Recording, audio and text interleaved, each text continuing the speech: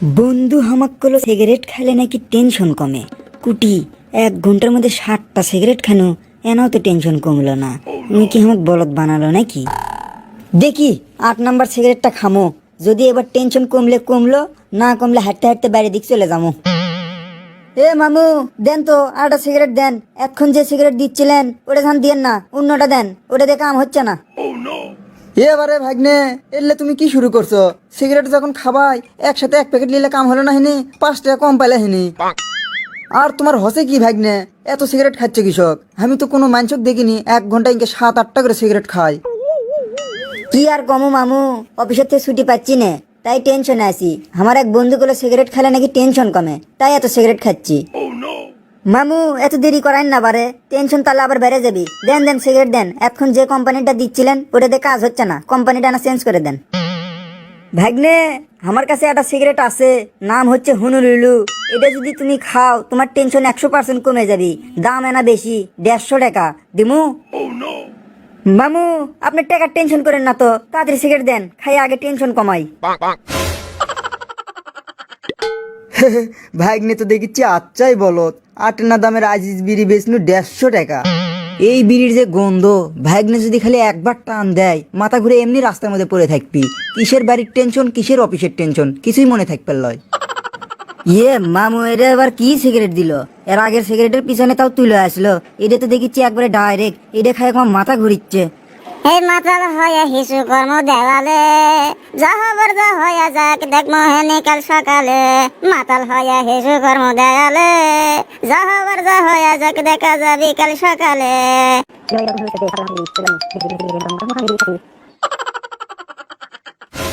কি রে বন্ধু, কালকে তুই কি সিগারেটের নাম কষলু? ওটা খাই তো কোনো কামই হলো না। কে রে বন্ধু, কয়টা খাইছু? তোক তো খাবার গেছি 5টা। ধুর বে, তুই 5টা খাবার কষু, আমি সেটি 7টা খাইছি, তাও কাম হয়নি। কে রে, কাম হয়নি মানে? কাম হওয়ার কথা তোরে, কেঙ্কা করে খাইছু? এ বে, সিগারেট আবার ক্যাঙ্গা করে খাই? আগুন লাগাছি, টান দিছি, ধোঁয়া বাইর করছি। বন্ধু তুই জিঙ্গে করে খাইছু, ইঙ্গে করে খালে তো কাম হবিল লয়। কি করছু? তাহলে আবার ক্যাঙ্গা করে খাওয়া লাগবি? শোন, প্রথমে সিগারেটটা লাগে লিয়ে মুখের মধ্যে ধুমো দেওয়া লাগবি। সেই ধুমো থাকা অবস্থায় ভিতর দিকে একটা জোরে নিঃশ্বাস নেওয়া লাগবি। তারপর তোর একটা ফ্রিজ কাজ করবি। তারপর আস্তে আস্তে ধুমোটা ছাড়া লাগবি। ইঙ্গি করে খাসনি দেখে তো তোর কাম হয়নি। ধুর বে, এলে খালি তোর বাউদো পেশাল। ওই মামা হামা কেমন একটা সিগারেট দিছিল, 150 টাকা দাম।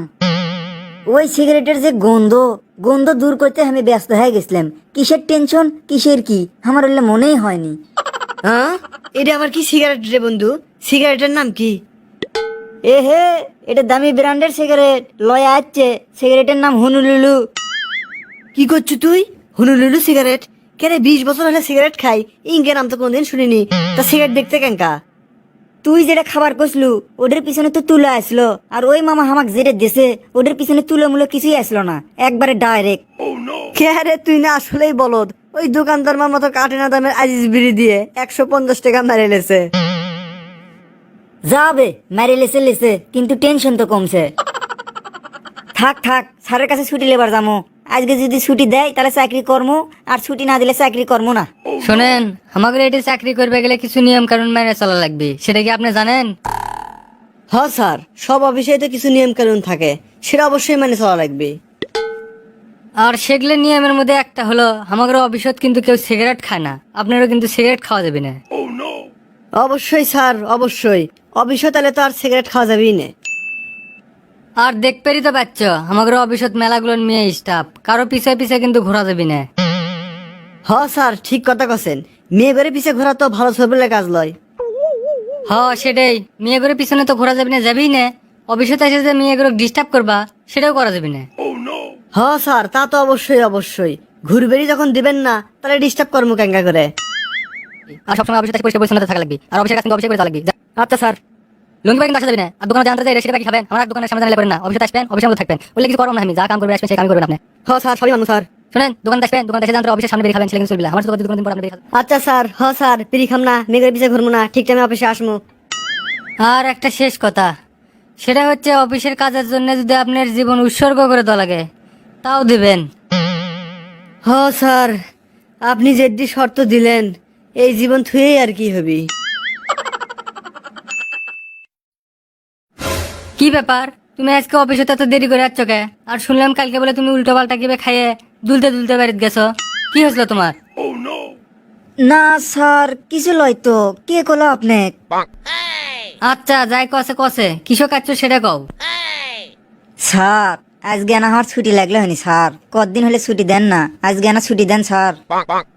আচ্ছা আচ্ছা, তোমাকে ছুটি দেবো তো, তা তোমার কি রকম ছুটি লাগবে? স্যার আমার তো 6 মাস করে বছরে 2বার ছুটি লাগলো হয়নি, দিবেন স্যার? আচ্ছা ঠিক আছে, আপনি তাহলে এক কাজ করেন, বছরে 2বার করে এসে আমার শরীরের খালি খোঁজ খবর নিয়ে যান। হ্যাঁ মানে স্যার?